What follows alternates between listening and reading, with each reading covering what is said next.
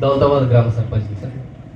గౌరవనీయుల ప్రభుత్వ ఉన్నతాధికారులకు, రాజకీయ నాయకులు, పర్యావరణ నిపుణులు, మీడియా మిత్రులు, గ్రామ పెద్దలందరికీ నమస్కారం సార్.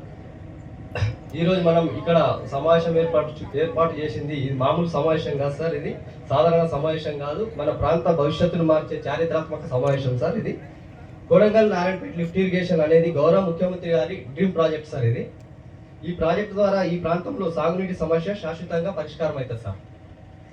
రైతుల జీవితాల్లో వెలుగులు వస్తాయి, భూగర్భ జలం పెరుగుతుంది, పంటలు పెరుగుతాయి, ఆదాయం పెరుగుతుంది, వలసలు తగ్గి గ్రామాల అభివృద్ధి చెందుతాయి సార్. అభివృద్ధి ఎంత ముఖ్యమో పర్యావరణ పరిరక్షణ కూడా అంతే అవసరంగా సార్. ప్రభుత్వం ప్రజాభిప్రాయానికి ఎంత ప్రాధాన్యత ఇస్తుందో ఈ సమావేశమే నిదర్శనం సార్.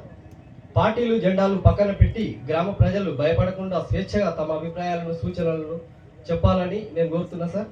దౌలతాబాద్ గ్రామ పంచాయతీ తరఫున ఈ ప్రాజెక్ట్ అమలులో గ్రామ ప్రయోజనం, రైతు ప్రయోజనం పరిరక్షణకు ఎల్లప్పుడూ ప్రాధాన్యత ఇస్తాం. మంత్రి రేవంత్ రెడ్డి గారి దూరదృష్టికి, రైతుల సంక్షేమంపై ఉన్న నిబద్ధతకు మనమందరం కృతజ్ఞతలు తెలుపుకోవాలి సార్.